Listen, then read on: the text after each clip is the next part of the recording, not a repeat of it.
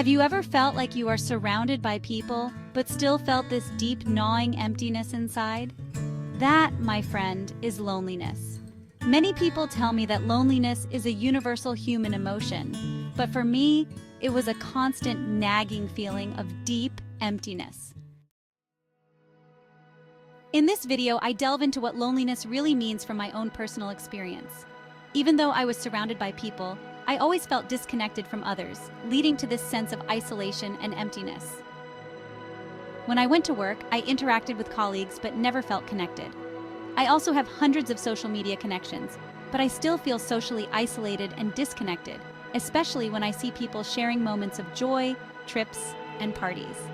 I have never had a close-knit group of friends, and I still find it challenging to build meaningful relationships.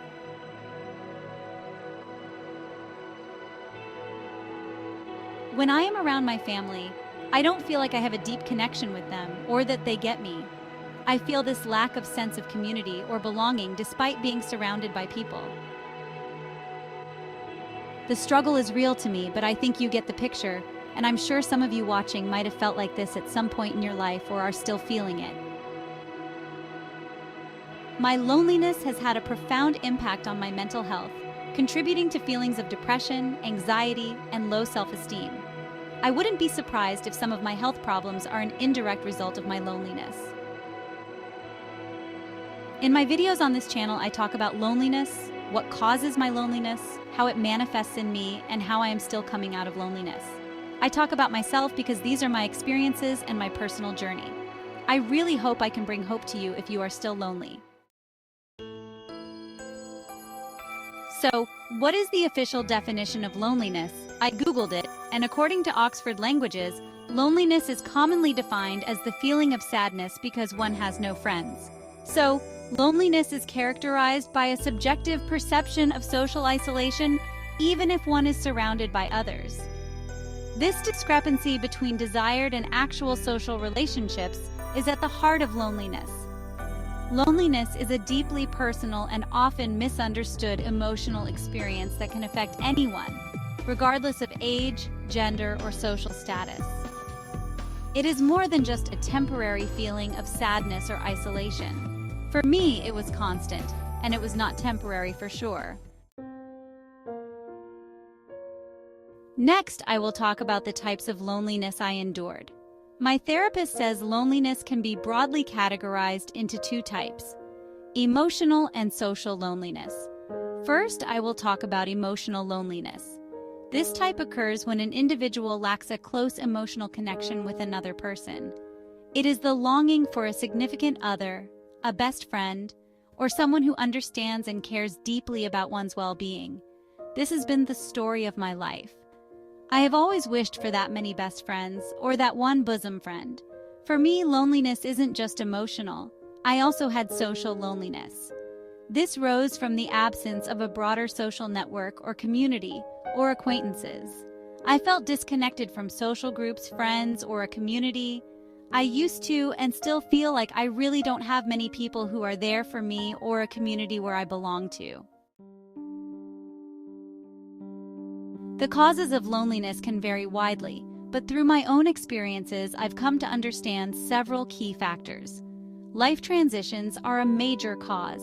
Major life changes such as moving to a new city, changing jobs, starting a family, or losing a loved one can significantly contribute to feelings of loneliness. For instance, an elderly person who has lost a spouse may feel profound loneliness, not just because of the loss, but also due to the disruption of their social life and routines. I personally felt this when I changed jobs and moved cities. Another significant factor is social and cultural shifts. As a society, we've increasingly relied on digital communication over face-to-face interactions, which can contribute to feelings of loneliness. Often I find myself texting people rather than calling them, and I can go days without talking to people in real life. A study by Primack et al. In 2017 found a significant correlation between social media use and perceived social isolation among young adults. Mental health issues may sometimes also play a critical role. I was diagnosed with depression and anxiety, and I am not sure whether these conditions are the cause or the result of my loneliness. Conditions such as depression and anxiety can exacerbate feelings of loneliness. And conversely, loneliness can also lead to or worsen these mental health issues, creating a vicious cycle. Lastly, personality traits can influence how we interact with others and perceive our social environment. In my case, it was a lack of interpersonal skills, negative self-perception, and certain belief systems that contributed to my loneliness. Being naturally introverted and shy, I found it challenging to form and maintain social connections, which increased my likelihood of feeling lonely. This might not be the same for everyone, but generally, introversion, shyness, and low self-esteem can make it difficult for individuals to form and maintain social connections, increasing the likelihood of loneliness. Now let's look at manifestations of loneliness and how that looked like for me. Remember, I talk about my experiences, so this might differ in other people. Loneliness can manifest in various ways, impacting both emotional well-being and physical health. Some common manifestations include 1. Emotional symptoms. For me, I felt like no one truly understood me or connected with me on a deeper level. I could be at a coffee shop reading a really good book as my coffee is getting cold. I realized that I have no one to share my thoughts with about the chapter I just read. Feelings of sadness, emptiness, hopelessness, and worthlessness are usually around me. When I felt like this, I also felt anxiety and stress about the loneliness I was experiencing. 2. Behavioral changes. I stopped going to parties because even though there were many people chatting and laughing, I didn't feel like there was anyone I could really talk to. I withdrew from social activities, became less active, and showed a lack of interest in hobbies and interests I once enjoyed. 3. Cognitive impacts. When I went shopping, let's say for a dress, I would have difficulties in making a decision or concentrating, just wishing I could bounce off my ideas to someone, a friend. According to a study by Cacioppo and Hockley in 2009, chronic loneliness can lead to cognitive decline in older adults, so loneliness can affect cognitive functions long-term. 4. Physical health issues. I have had a lot of minor health ailments here and there, and some are now becoming long-term. I am not sure if my loneliness is a direct cause, but research by Holt-Lundstad et al. In 2015 found that loneliness and social isolation are risk factors for early mortality, comparable to well-established risk factors such as smoking and obesity. Prolonged loneliness has been linked to a variety of health problems, including heart disease, hypertension, and a weakened immune system. Examples of loneliness. And to better understand loneliness, let's consider some other real-life examples from other people. The elderly widow Mrs. Johnson, an 80-year-old widow, lives alone in her home. Since her husband passed away, she has felt increasingly isolated. Her children live in different cities and visit infrequently. Despite being part of a senior center, Mrs. Johnson feels a lack of deep emotional connection, leading to emotional loneliness. She often reminisces about her late husband and the companionship they shared, feeling a profound sense of loss and isolation. The urban professional. John is a 30-year-old software engineer who recently moved to a new city for a job. Although he interacts with colleagues at work and has hundreds of social media connections, John feels socially isolated. He misses his close-knit group of friends back home and finds it challenging to build meaningful relationships in the new city. John's situation exemplifies social loneliness, where he lacks a sense of community and belonging despite being surrounded by people. The adolescent Emily, a 15-year-old high school student, spends most of her time online. Despite having many followers and friends on social media, she feels a deep sense of loneliness. Emily struggles with face-to-face interactions and feels disconnected from her peers at school. Her loneliness is compounded by the pressure to present a perfect life online, which makes her feel even more isolated and misunderstood.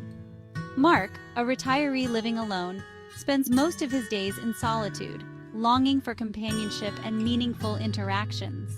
His feelings of loneliness have led to a decline in his physical health and a sense of purposelessness.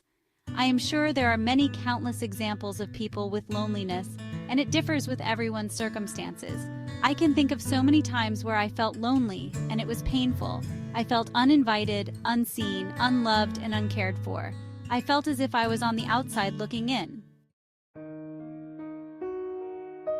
Next, let's understand more about loneliness. For me, loneliness affected my emotions, my mind, and my behavior. It was so deep that it created this deep emotional void that impacted my overall well-being. How I was feeling would start something in my brain. I would find myself criticizing myself, doubting myself, and just feeling unworthy.